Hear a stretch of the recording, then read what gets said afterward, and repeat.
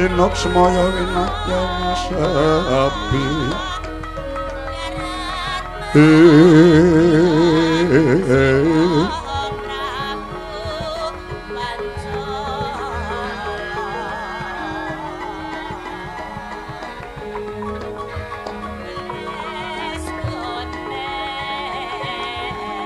sinimpen telenging kalbu pambukaning lawana oh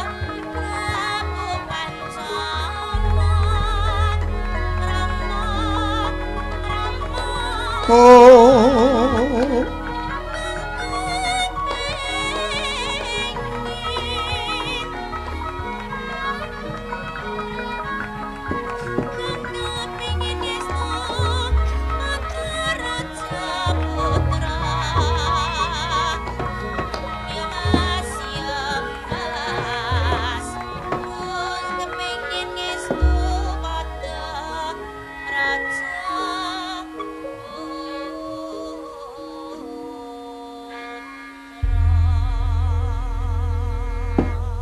Hanjarah ingkang Puspitarum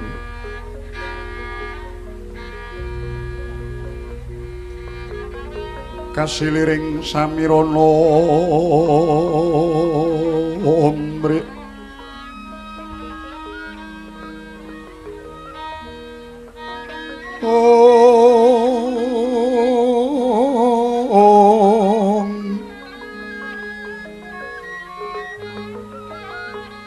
Sekar Kedung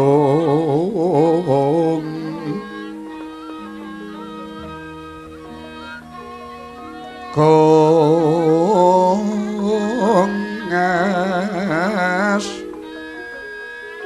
Gantanyo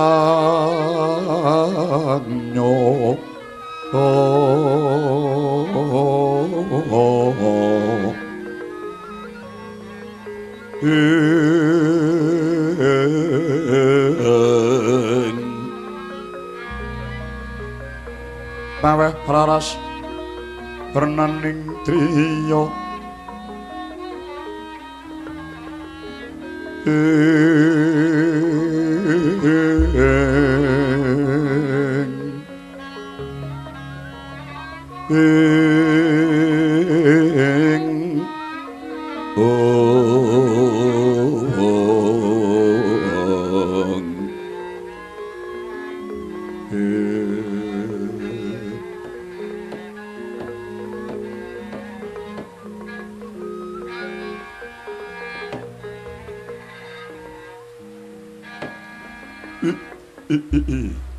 Jagat mangestu ngkara wayah Bathara jagat lah sepira ta bombong rasaku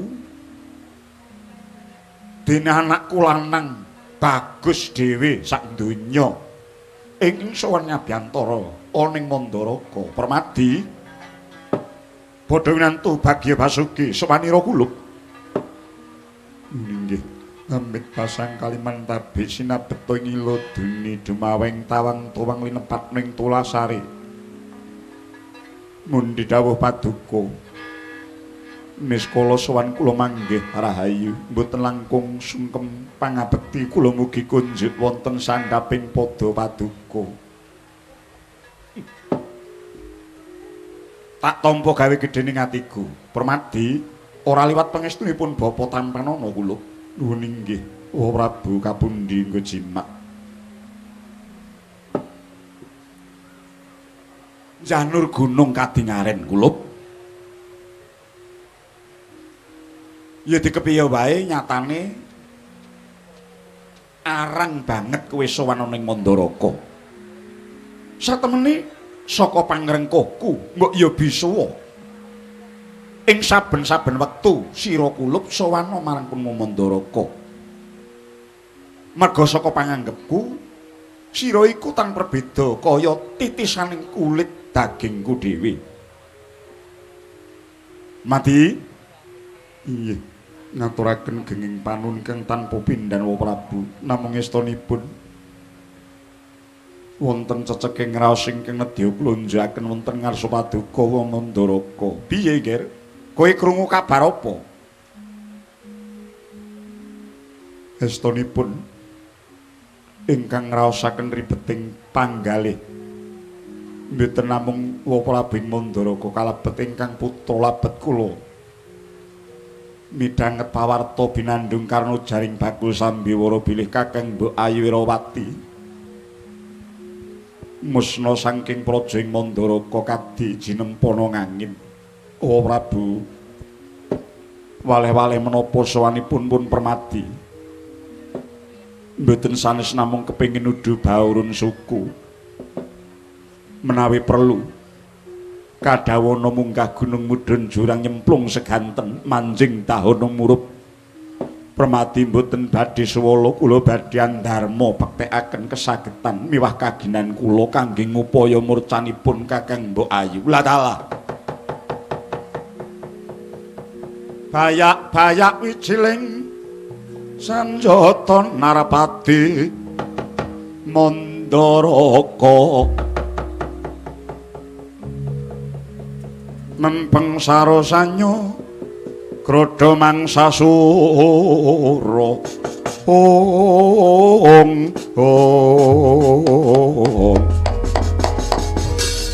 Sigra bala tumingal Prang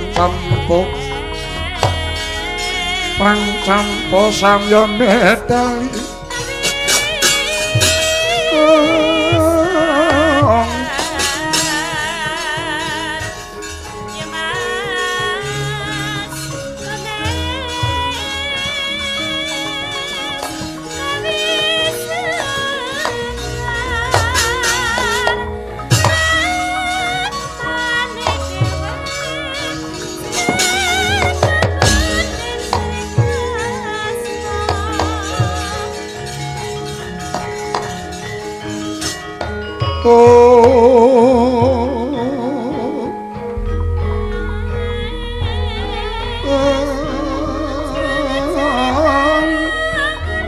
Anut laguning Kurawenguni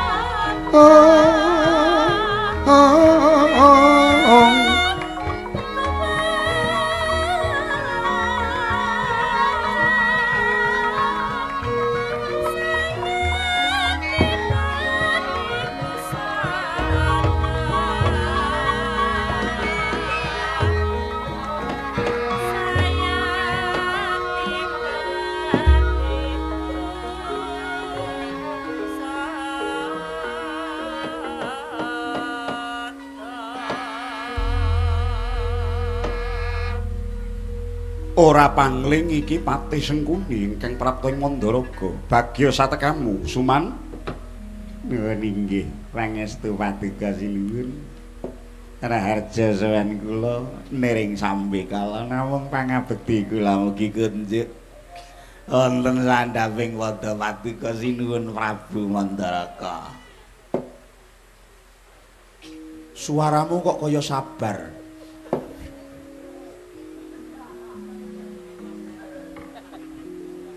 kaya sabar windan kowe.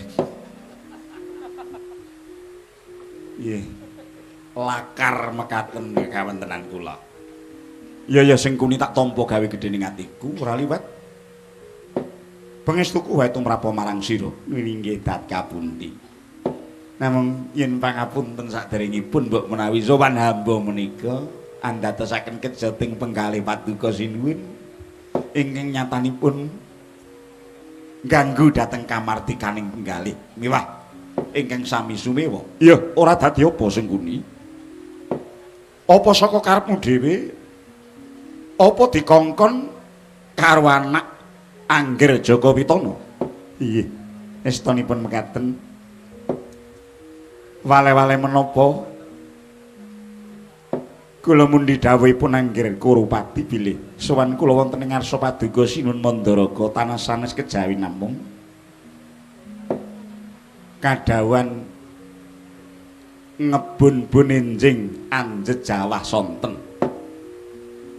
ngebun esuk udan-udan sore tegese bun esuk kuwi jenenge awun-awun ana sing ngarani wuwun udan sore kuwi jenenge rarap tegese nyuwun rabi sing njaluk rabi sapa Anak Anggir Jaka Pitana kepareng badhe nderek suwita wonten ing ngriki menawi kepareng lenggahipun Anggir Kurupati ngembak praja Ngastina kepengin dipun jajari lenggahing Prameswari putri saking Mandaraka Atmaja Paduka Sinuwun Prabu Salyapati inggih menika ingkang awawangi Dewi Erawati. Mila saking menika sinuwun sanget atur kula ngarsa paduka Sang Prabu wonten mulunging penggalih Sukal laning Nala kula nyuwun dawuh mboten ketang namung seklimah kepareng paduka mundhut bebana ing kados pundi uger saged ginayuh ing sarana anak Anggir Jaka Pitana sampun amaringi Purbawasesa dhateng lampahing pun Suman ingkang baken sageta dinten mangke tinampi ngreh pasuwitanipun anak Anggir Jaka Pitana sing guni kula wonten dawuh. Dadi kabar iki durung warata tekan negara Ngastina. Kula nuwun wonten dawuh menapa? Sumurupa. Negara Mandaraka dina iki lagi nandhang pepeteng merga saka ilanging anakku wadon Sirawati ingkang musna tanpa lari. Mongko nyatane jroning pura ora ana banon tinumpuk andha kang sumendhe lunglungan ingkang putres.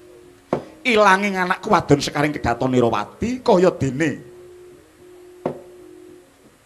musna ingkang tanpa ana ingkang mruwi mula kang saka iku Suman perkara iki isih ndadekake judheg pepet pepuntaning rasaku aku mung suwendhe lumembak marang panguwasaning dat kang murweng dat ewadene nggonku nimbali para pinter para sewa sugata para brahmana Pasupitri kinen padha anyurung puja brata murih bisa kasembatan ngudi sisik melik ing ngendi dununging anak wadon suprandene nganti palungguhan iki isih gagar wigar tanpa karya. Mula Suman kepiye nggonku bakal paring wangsulan marang anak Anggir Jaka Pitana ingkang nyatane dina iki anakku durung ketemu. Wedhe. Bumi gonjeng langit kelap kelap katon lir kincanging alis risang maweh gandrung. Sabarang katulu wukir moyak mayek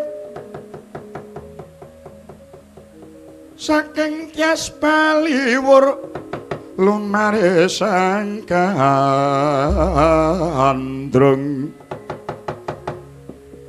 duh hari sumitra tanaya paranreh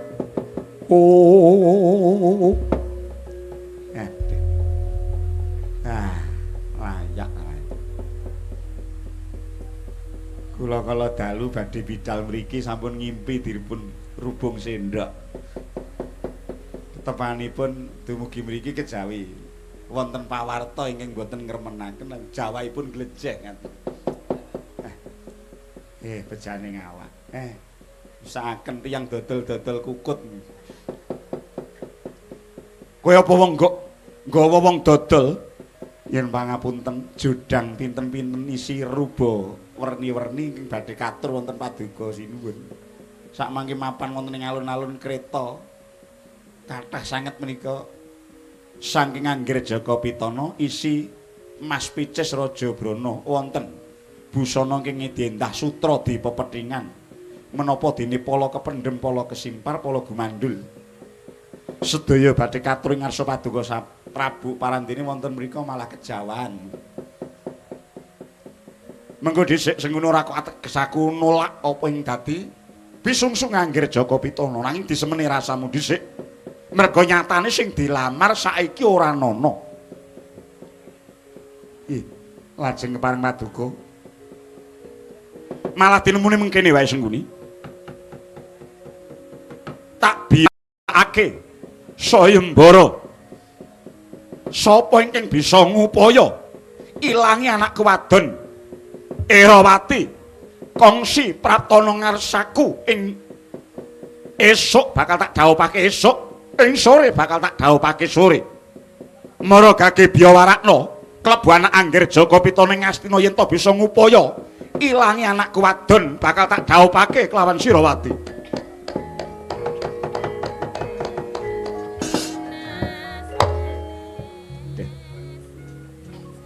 ngaturaken geng panuwun ingkang tanpa upami menawi tetela mekaten Sang Prabu. Daya-daya kula badhe munjuk atur wonten ngersanipun Anggre Jagapitana kalilanipun Sengkuni minta pamit. Apa ora semene luwih dhisik Sengkuni ngaturaken panuwun. Kula nuwun sewu kapeksa. Kula nderek dawuh paduka sedaya ruba judang kala wau kula beta wangsul rumiyin. Kawanan bali. Mboten kula tinggal sekedhik kawanan wis. Matur sembah nuwun. Sinuwun pangestu paduka ingkang kula pundi andayana laksitaning lekas.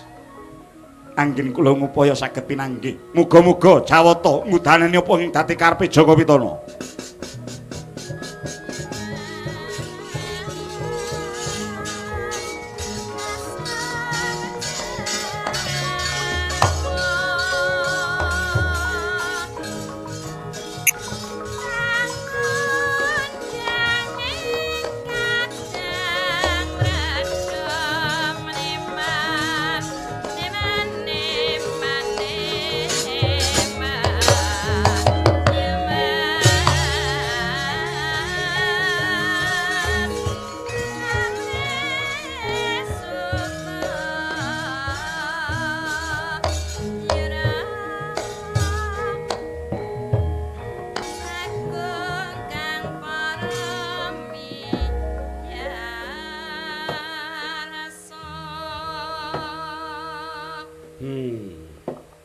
Ana-ana wae lelakon iki.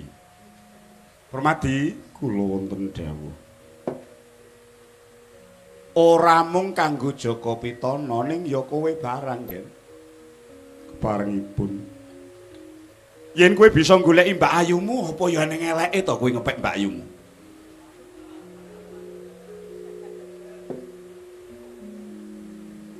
Mongko radi sepuh kanggo sedasa taun. Ora apa-apa. Tumrape wong jaman saiki luwih tuwek sing wedok ki lumrah. Malah bisa uga nuwuhake gregeting rasa. Inggih. Tanggaku ki ya ana. Tuwa sing wedok. Ning nyatane teka samengku isih nemu rasa kabagyan. Merga ing antarane wong sejuduhan mono lanang lan wadon anane mung tresna tinresnan. Kakunge ngayomi sing wadon bekti. Kuwi pathokane. Ora apa-apa yen kowe bisa goleki mbayumu peken. Makaten Rama Prawiya. Malah gedhe pangebanging pun Wamandaraka, muga-muga sing bisa goleki kowe Permati. Sapa wonge lumahing bumi kurping langit iki sing ora seneng duwe mantu wong kaya kowe. Mugi-mugi kemawon mekaten namung esdining mananggin kula kepengin ngupaya ngaturaken genging panuwun Prabu nderek kepareng paduka. Rukmarata wonten dawuh Prabu. Kowe sing prayitna ngati-ati nyebara wadya telik sandi supaya padha neliti mbok menawa antuk pekabaran ing ngendi dununging Mbak Ayum. Ngono nggih ngestaken dawuh. Tuhayata. Lho. Raimu kebiron.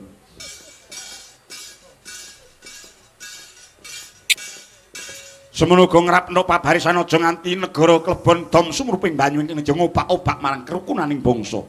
Ngestaken dawuh paduka. Bareng amit padhal wasilan kaya ora ana dawuh maneh. Lain ngono to pau, wis titipun ning gati jroning pasewakan Mandaraka. Sang Nata Prabu Salyarsa Jengkar Manjing Loka Pusantara saksana para wahini. Pawongan cedhing kang samya ngampil upacara ngaji sigra tata anjajari kunduring Sanerpati. Erep regedeg nguncupaken asta minangka tandha pakurmatan kunduring Sang Nata. Kaya datan ana ingkang angirang-irang.